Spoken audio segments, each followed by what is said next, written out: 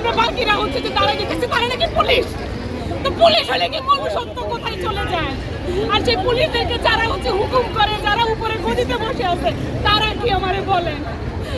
আমি একটা সাধারণ মানুষ, আমি কোনো বাচ্চারে পড়াই, বাচ্চাগুলো যখন আমাকে প্রশ্ন করে, ম্যাম আপনি আন্দোলনে গেছেন, ম্যাম আপনি কি বলছেন, আমাদের হয়ে কি বলছেন, অথচ আমরা যখন হাঁটি আমাদের শিক্ষকরা হচ্ছে মুখ লুকায় লুকায় চলে যায়।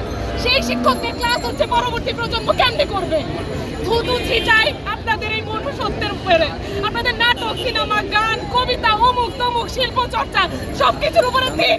যখন আসলে আপনার এই শিল্প কোনো কাজে আসে না, আপনি ঘরে বসে থেকে থেকে আরেকজনের উপরে দায়িত্ব দেন যে তুমি যাও।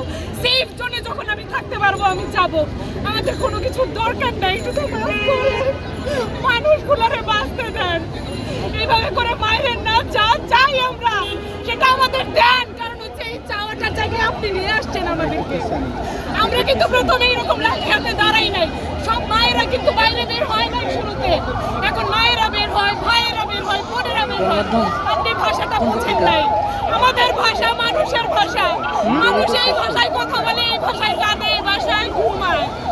আপনি যদি বুঝতে না পারেন, দয়া করে আপনার চারপাশে যে চামচাদের, যে প্রশংসা বাক্য পাঠ করাদের এতদিন ধরে রাখছেন, সেই সকল বুদ্ধিজীবীদের প্রশ্ন করেন এই ভাষার মানে কি।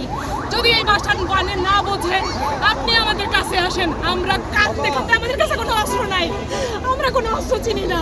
আপনি জাস্ট রাস্তায় আসেন, আমরা আমাদের ভাষা আপনাকে বোঝাবো। আমার আর কিছু বলার নাই, আমি জাস্ট কিছু বলতে চাই না, আমি কিছু বলতে চাই না।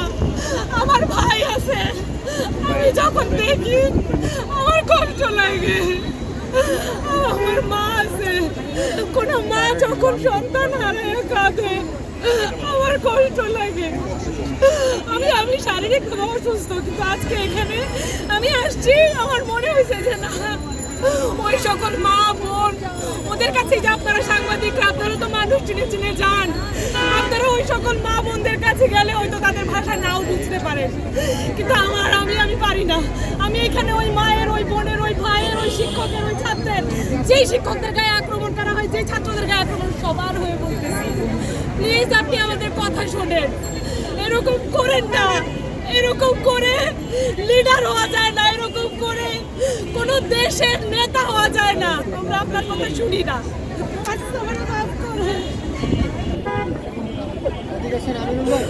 মাফ করে